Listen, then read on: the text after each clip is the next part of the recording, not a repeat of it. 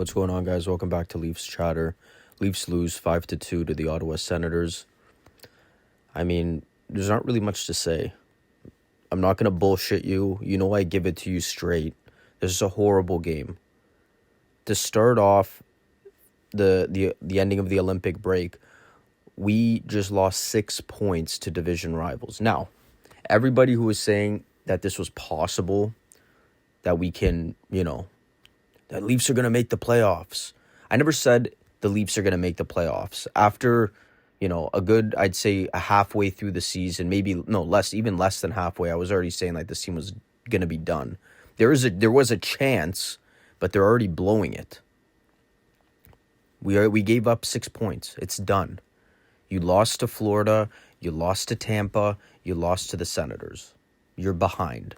And the thing that sucks is we can't even lose. Like, if we have to lose, I think, every single game to possibly get a bottom pick, like a top 5 pick where it's top 5 protected, so Boston doesn't get it this year. It's not going to happen.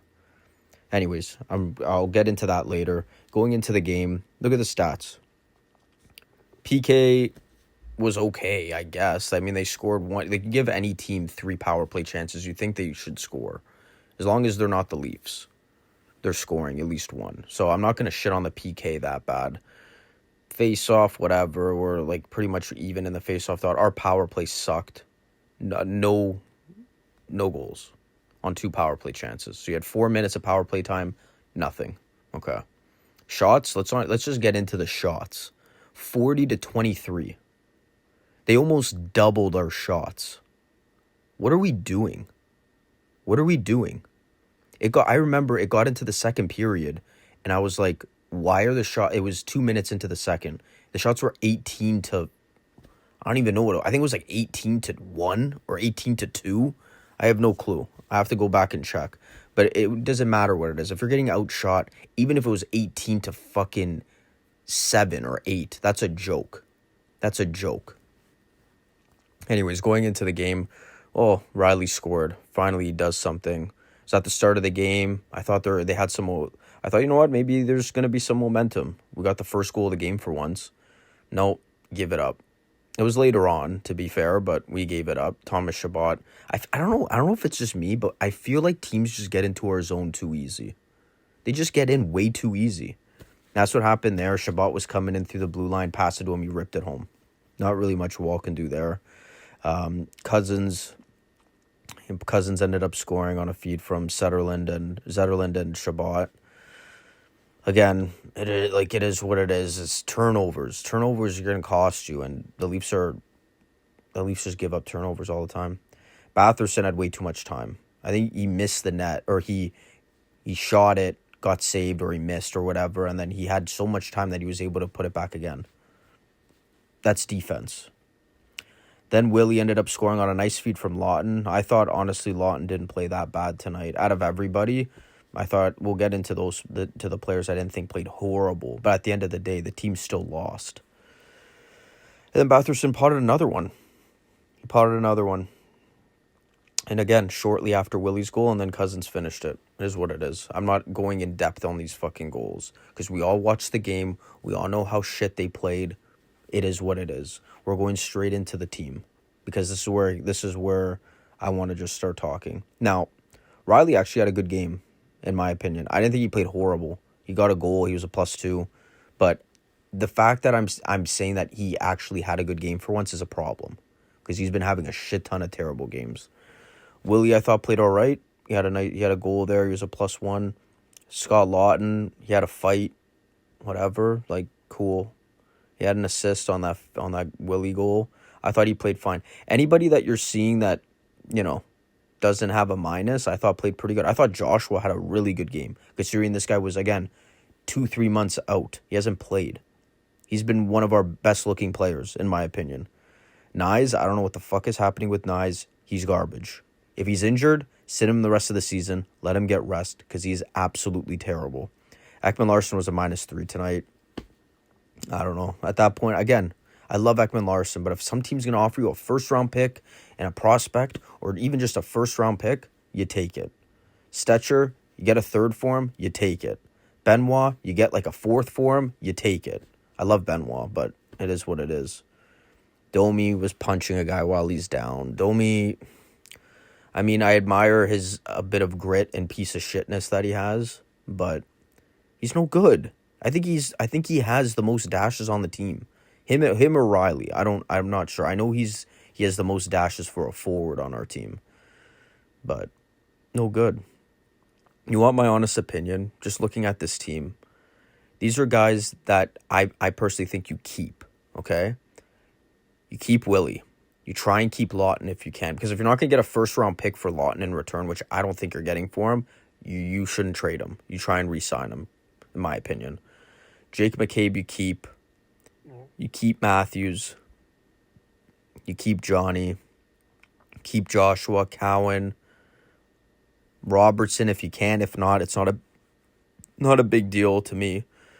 That's it. Everybody else should be up for trade. Now, the trade deadline, I think I saw Steve Dangle talk about it. I think he said there's like 270 or something hours. I'm not even sure the number, but trade deadline's next week, okay? It's going to be very hard to move all of those guys. I think it's going to be impossible to move half the team. It's impossible. But I think we can expect to see, I think, at least 2 or 3 trades. Now, what those trades will entail, I'm not sure. I do believe that we're trying to get roster players back. From what I've heard, it seems like the Leafs are open to moving players, obviously. Guys like McMahon, who's on an expiring deal. But I also heard that they want to try and keep him. So, if anything, you trade him and you try and re-sign him in the summer. Then OEL, they're open to moving. Michelli, Stetcher. Like, these are guys that, yes, you can move. Now, can you move all of them? I don't think so. But I think what the Leafs are trying to do is they're either going to trade players, right? And then try and bring guys back in return if they're able to. Maybe they have a little bit of a cap hit, or they're just, we have them for the rest of the season and then they're a free agent type of thing, just so that we can, get a trade done. I think that's what they probably do. Obviously, if they're going to try and get some picks, I think they'd be stupid if they don't get at least 1 first-round pick back at the end of the trade deadline. They're stupid. But with that first-round pick, what do? Me, I think you keep it, but they probably trade it because they want to contend next year. So if that's what their plan is, they're going to use that first-round pick probably. Do they use it at the deadline? I don't know. Everyone's a lot, right? Like, especially like contending players who are desperate, they're going to charge a lot. So if the Leafs aren't contenders, they might be able to work out a deal with like another lower end team. You know what I mean? If not, you do it in the offseason. Free agency, you sign some players, maybe some trades happen before the season starts. That's where you can use that pick for if you don't want to use it at the end of the season. I'm not sure exactly what they're going to do, guys, but I think at least 3 trades are going to happen. At least. I think OEL gets moved 100% because if a team's offering you a first-round pick and a prospect, you take that in a heartbeat and you run as fast as you can. Any team doing that, in my opinion, is stupid, but we also gave up a first-round pick in Fraser Minton for Carlo, right? Now, Carlo is younger than OEL, but OEL's playing better hockey, in my opinion. But at the same time, OEL, he's older. The guy's like 35. So you're giving up a first round and a prospect. You got to be in a win-now situation. So like the Oilers, who are in a win-now situation where they don't give a fuck about a first-round pick and a prospect, they need to make that move. I think OEL would be perfect for the Edmonton Oilers. Could he help you win a cup? Yeah, he's won a cup before. Is that going to move the needle much more? In my opinion, I don't think so. I don't think getting Ekman Larsson's going to make you a way better team. Sorry, Oilers fans. But he'll help out. He'll help out with depth. And he's got veteran experience. They need to do something with the forward group. You can't always just count on McDavid and Draisaitl all the time because they can carry you to a cup, but they can't win in a cup final. That's just from what I've been seeing over the past 2 years. So I think they need to do, if they can get Ekman Larsson and then find a way to get like a Kadri or, like some top forward, they'll be okay. They'll be fine. They'll probably make it to the finals this year if they can do that. But yeah, a team offers you that, you take it. Bobby McMahon, a team offers you 2 second-round picks, And like maybe like I think you can get more for him. But if a team offers you like 2 seconds and like a B-level prospect, take that and run. Take it and run. A first-round pick, take it and get the hell out of there. Like, I think those two are 100% going to move if we don't re-sign Bobby McMahon. I don't think we're going to... I know they're talking about keeping him. I don't think we re-sign him. I think he leaves. Lawton, I think we keep. Because I don't think they're going to get a first-round pick for Lawton. I love him, but, like, I think Lawton right now is worth maybe... In my opinion, just from what he can bring, I think he's worth, like, a second. A second or, like, a B-level prospect, maybe. I don't know. He's not worth a first, I'll tell you that. We just overpaid because we're in a win-now situation, and Philly took advantage of us. Now, Nikita Gorbenkin, whatever, he's nothing, in my opinion. But a first-round pick is something. So, yeah, I don't think we're trading Scotty Lawton. I think he's staying. I really look at a guy like Michelli or Robertson. Those are younger guys that have trade value. So I think those are a couple guys that are going to be on the move. But I think for sure it's going to be OEL for sure. He's gone. Berube I also think is gone.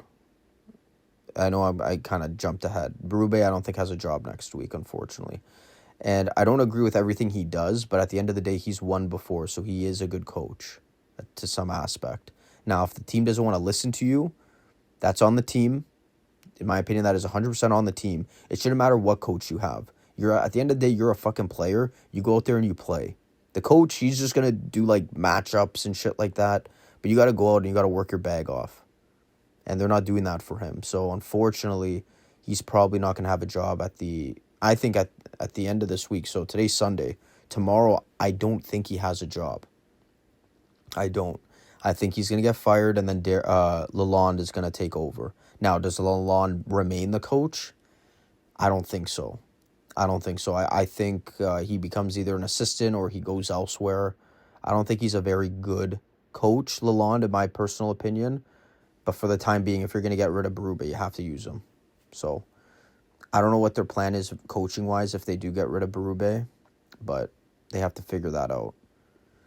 Now, I'm kind of ranting, so I'll probably make a video about, trade deadline targets for us. Like, I know we're probably going to be selling more than targeting, but I'm sure that Treliving and, Keith Peller are going to be looking at ways to add to the team, also at the deadline. They're either, whether that be prospects or whether that be, some players that have some term left. I think that's what they do. I don't think they're 100% just going to get rid of everybody and not make at least a couple moves by bringing people in. I think in some of the moves that they might have to make, they have to take players back, but they're going to probably be looking for players that might be useful to them next year. So I'll make a video about that maybe next week before the deadline. Obviously, if any trades or anything like that happens, I'll make a video as soon as it happens. But yeah, no, that's it for this one though, guys. I know I kind of went over time there.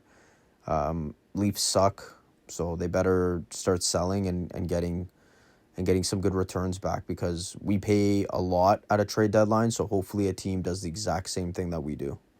But that's it for this one though, guys. Like, comment, subscribe, share, and I'll see you in the next one. Peace.